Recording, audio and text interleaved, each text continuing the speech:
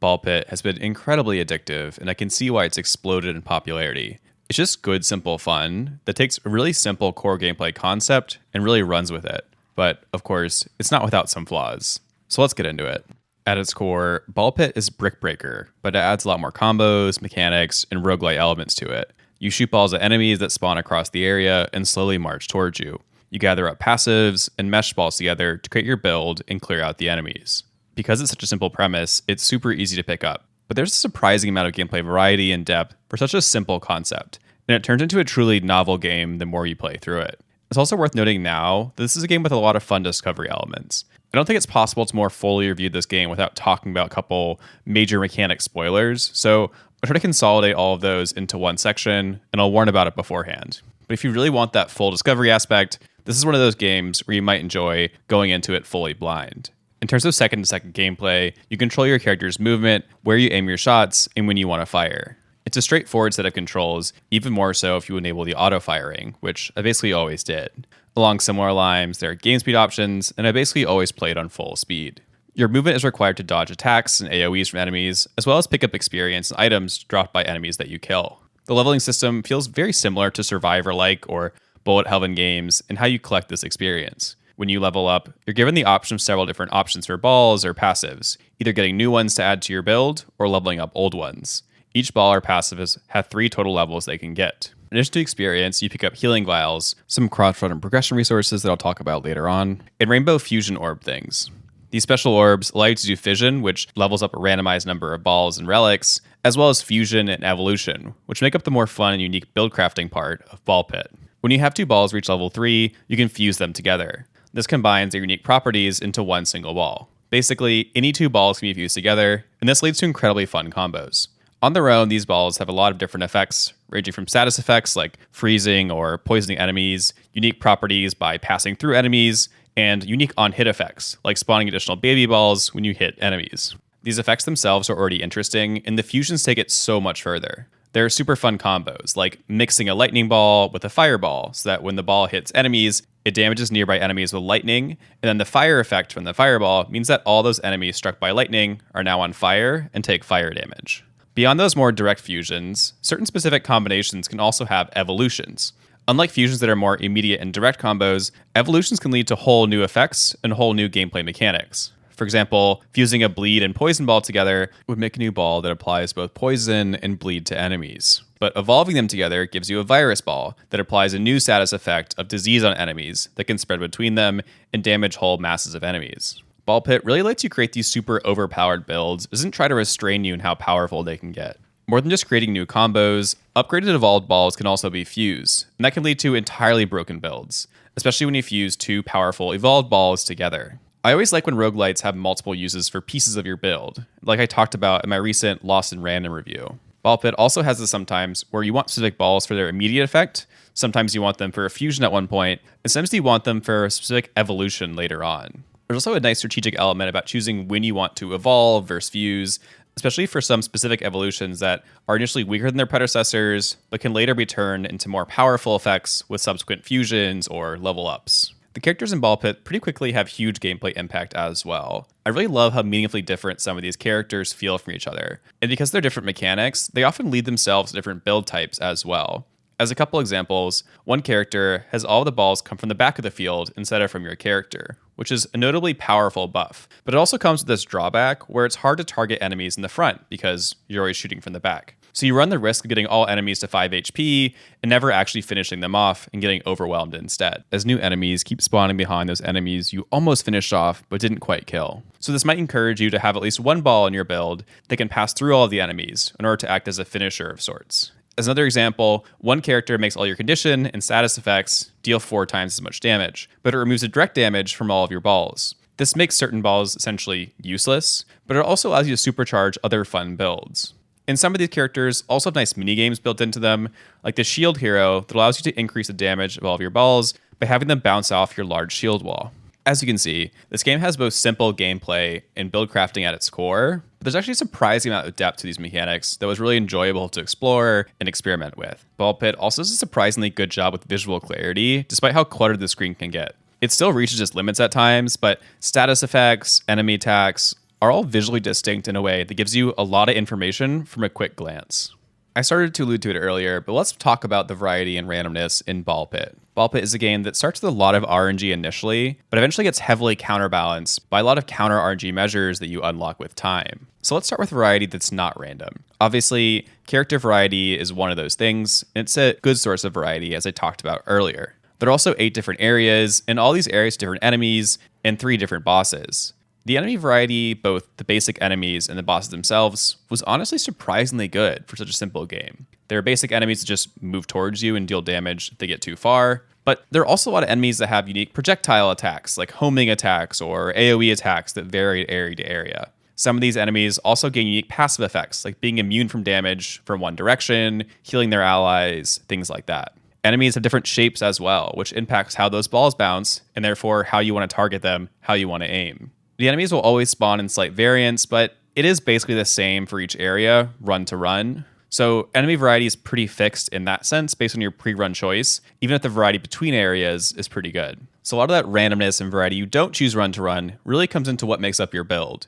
Your ball choices and your relic choices are not always the same on each run. You do always have some good options, but the build specifics will inevitably vary a lot, at least initially, as we'll talk about. It does feel like there are some RNG musts, like having a good AoE damaging orb, for example. It can feel bad if you don't get one of those good AoE attacks in a timely manner. I'll talk more about the progression in a second, but unlocks really impact RNG in this game. You only start with a couple balls unlocked, so that variety initially feels pretty bad, frankly. It quickly opens up, though, in a very satisfying way as you unlock more possibilities and discover all of those combos and how to best fuse ball together, which ones have evolutions that are good, all those things like that. As you progress, even picking all of the same balls on different runs can feel very different if you choose to evolve them and fuse them in different ways. As you get a lot more meta progression, though, you kind of run into the opposite problem, where you're given so many counter RNG measures, mainly in the form of additional reward choices and the ability to re-roll your options more often and more cheaply. You can almost always force a specific build if you want to on a given run. Not quite perfectly, you don't have full control, you can't force every single ball and every single relic to be what you want it to be,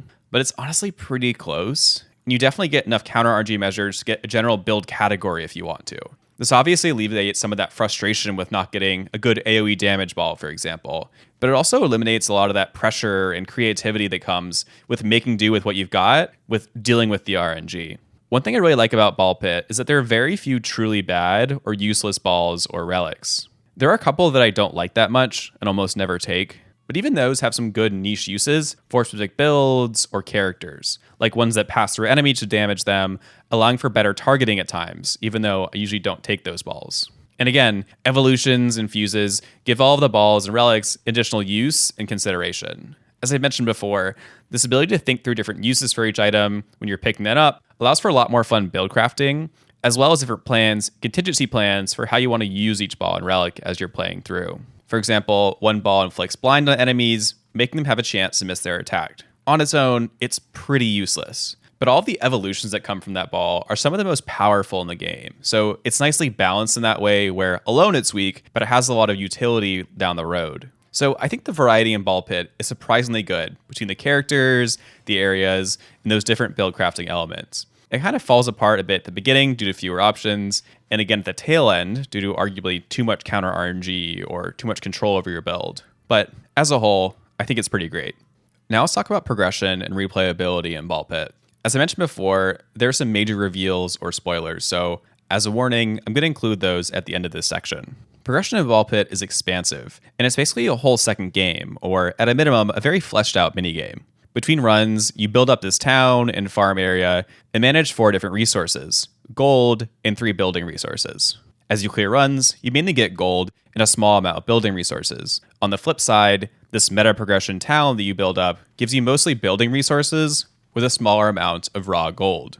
The town building has some basic elements where you place buildings that give different passive effects for future runs, like increasing your base damage or giving 1 revive per run. And every mechanic unlock outside of new relics and balls for future runs must be unlocked through building that specific building that unlocks it. This includes even new character unlocks, for example. That town progression is unique, but not that unique, but Ball Pit adds another brick breaker minigame to this meta progression as well. In addition to regular buildings, you can also build up farming patches, forest, and mines. You then shoot your characters at these resources to collect them between runs. Even building normal buildings requires throwing your characters at them in order to actually complete them and build them up. You also unlock buildings down the road that allows your characters to farm these resource nodes while you're going on runs. As you level up each character, which you get passively by going on your runs, they also gain new passive effects that help with this metagame, like increased harvesting speed or extra resources on each bounce. I love this meta progression minigame. I think it's really clever how the developer added a Brick Breaker meta progression minigame to the Brick Breaker Roguelite. It has made me think about how few roguelites out there have meta progression minigames. I don't think most of them need that, but it is something interesting to think about because it does work really well in this game. In terms of difficulty levels, there are two main levers for difficulty in Ball Pit. One is that each of these 8 areas can be cleared at increasing speed. Faster speeds are obviously just harder because all the enemies and bosses are otherwise the same. They just come at you at a faster rate. The second lever is the different areas themselves. In addition to different enemy variety, the areas further on get harder as you go. Enemies have more health, stronger attacks, etc. These different areas serve as a pretty standard difficulty system, while the area speed option is a lot more unique. And I think it perfectly fits this game. Each area also has a nice passive totem for that area as you clear it at higher speeds with more characters, so there's a nice incentive there and progression mechanic for you to keep going back to these levels. Now let's talk about some of those major spoilers, so if you don't want to hear these things, you've been warned to click off. Ball Pit has a couple incredible wow moments that I really loved, and they all felt like they broke open the game in different ways. The first big wow moment came with allowing you to take 2 characters on each run as opposed to just one. I really loved this. I think that was the moment that solidified Ball Pit as a great game for me. There are just so many fun combos that arose of taking different characters together, like one that makes all the AoE damage effects more powerful at the cost of no direct damage, comboing with a character that makes you shoot all those special orbs twice as often. Some of the later characters are also huge game changers. One of the later characters, the Tactician, makes runs turn-based, and that's absolutely great because it was so well integrated. It feels like a natural part of this game, while also feeling so different in how you want to play, what you want to choose for your build, how you want to aim your shots, just all of it. The biggest surprise character, though, was the final one that completely runs autonomously. It moves, shoots, buildcrafts all on its own. Around the same time as that character, you unlock a building that allows you to keep harvesting while the game is closed for 24 hours. This represents one of 2 big vibe changes that come at the tail end of the progression for Ball Pit. It's now basically a fully idle game if you want it to be one. You can farm meta progression while not even playing, and even when you're ostensibly playing the game, you can actually just have this final character complete all of those runs for you. It is required to clear areas with multiple characters to keep unlocking new ones, but because you can take 2 characters at once, that fully autonomous character can take basically everyone along for a free ride. The second big realization and vibe change came from when I realized this game has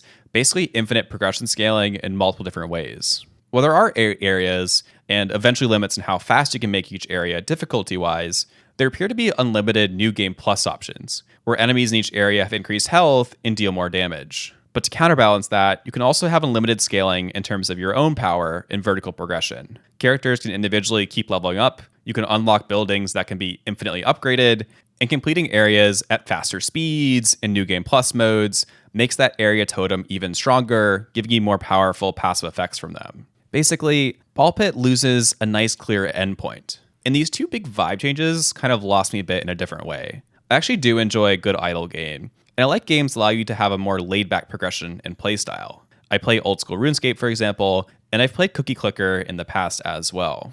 But this is not really what I'm looking for out of Ball Pit. And because everything can be idled, it feels silly to manually do any of these things in kind of a weird way to me. It just makes progressing manually feel kind of strange when I could just let the game progress for me in a sense.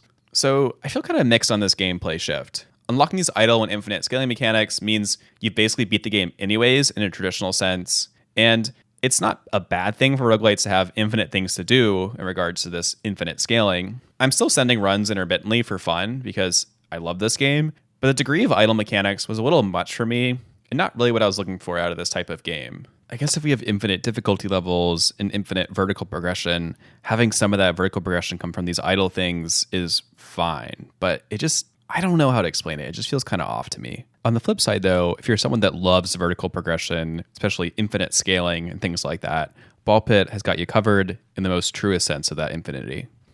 Ball Pit actually does have some limited story. Like a lot of roguelites, that story is basically a cutscene setting the stage, some world quirks as you're playing through it, but no overt narrative, and then an ending cutscene, which was fun. That's it. I did want to say, though, that I really love the art direction of Ball Pit. All these enemies have great animations, there's some great music and sound effects, and I really loved how all the enemies move in sync with the music, and the different waves of enemies will also chant at you in a way that lines up with the beat in a satisfying way.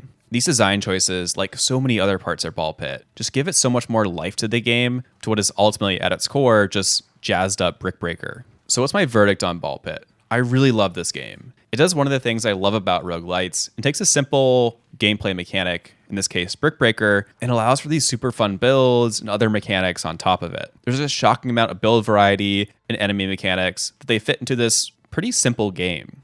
It has a lot of unique twists that are very seamlessly integrated in the game, like the game speed difficulty modifiers for each area, and really the entirety of the meta progression minigame. Of course, Ball Pit is ultimately still that pretty simple Brick Breaker game. And while I think it separates itself enough from standard survivor likes and bullet heavens, I actually like Ball Pit, while I don't enjoy that genre that much, it's still at its core Brick Breaker, which will bore some people. And there are a couple elements I feel more mixed on, as I talked about in the spoiler section, but I don't think any of those things would stop you from having fun with the game when you first try it. Huge shout out to all of our channel members for helping support the channel. Please like this video to help me out in the algorithm, and thanks for watching.